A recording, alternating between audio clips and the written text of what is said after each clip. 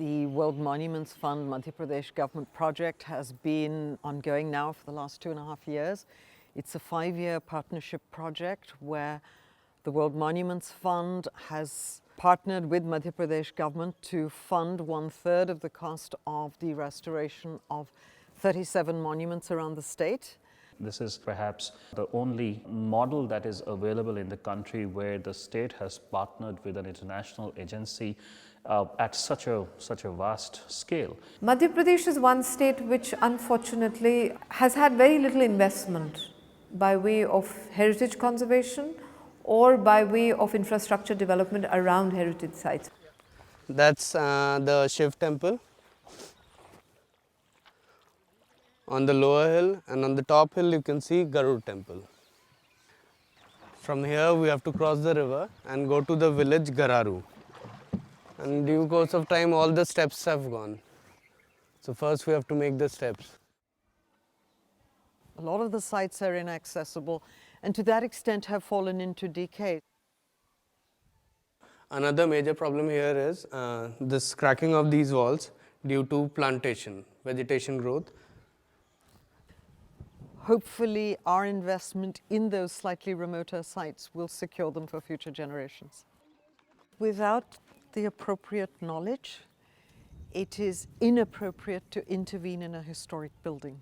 It's before that a whole range of planning, a whole range of documentation. We are documenting this piece of stone. For this we have to take the critical dimensions of the stone. It's 32 centimeters. ठीक है ये है 2 centimeter and then 2.5.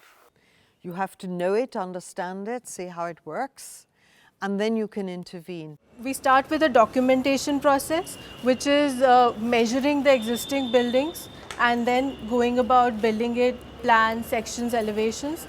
And converting it into a usable document which can be used by the engineers, by the contractors and on-site laborers and masons, craftsmen. We have very, very rigorous meetings of the site engineers who are from the government and the consultants and the project coordinating team.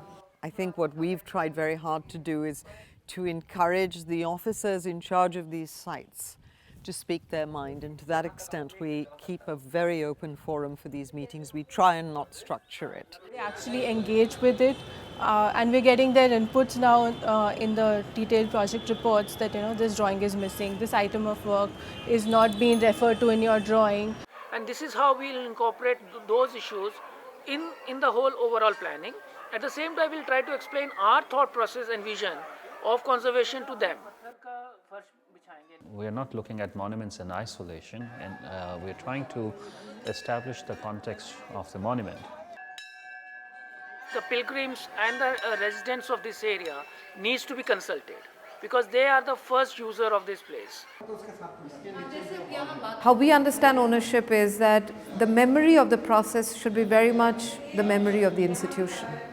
So which means that they need to come in at every stage of the project. I really hope that, that this entire process of managing, of documenting, of archiving becomes an inbuilt process for the Madhya Pradesh government, and for that matter other states also to follow. Custodians, consultants and contractors are sitting together across the table and discussing their issues. It's something I've dreamt about doing for 20 years of my career, and to watch that being realized is huge.